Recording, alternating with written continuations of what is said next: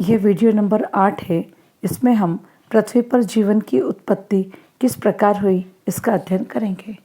Darwin के सिद्धांत हमें बताते हैं कि पृथ्वी पर सरल जीवों से जटिल स्वरूप वाले जीवों का विकास किस प्रकार हुआ।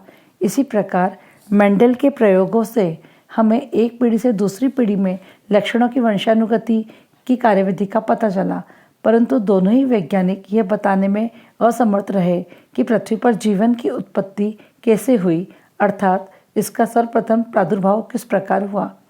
एक ब्रिटिश वैज्ञानिक जेबीएस हॉल्डेन, जो कि बाद में भारत के नागरिक हो गए थे, उन्होंने 1929 में यह सुझाव दिया कि जीवों की सर्वप्रथम उत्पत्ति उन सरल अकार्बनिक अणुओं से ही हुई होगी जो पृथ्वी की उत्पत्ति के समय बने थे। उन्होंने कल्पना की कि पृथ्वी पर उस समय का वातावरण पृथ्वी के वर्तमान वातावरण से सर्वथा भिन्न था। इस प्राथमिक वातावरण में संभवतः कुछ जटिल कार्बनिक अणुओं का संश्लेषण हुआ जो जीवन के लिए आवश्यक थे। सर्वप्रथम प्राथमिक जीव अन्य रासायनिक संश्लेषण द्वारा उत्पन्न हुए होंगे।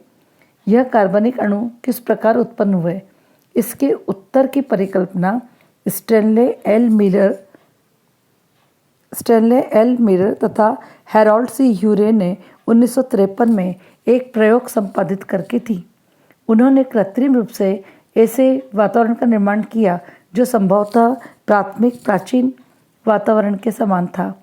इसमें अमोनिया, मीथेन, हाइड्रोजन सल्फाइड, परंतु ऑक्सीजन नहीं, एवं पात्र में जल भी रखा था।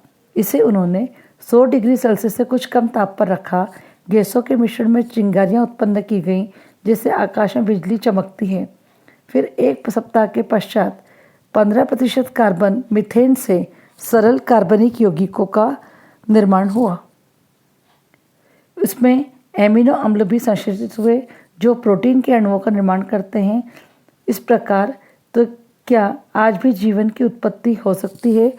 वैज्ञानिक इस अवस्था का पता लगाने में सतत प्रयासरत हैं कि क्या यदि ऐसी कृत्रिम रूप से परिस्थितियाँ उत्पन्न की जाए तो क्या हम जीवन की उत्पत्ति कर सकते हैं।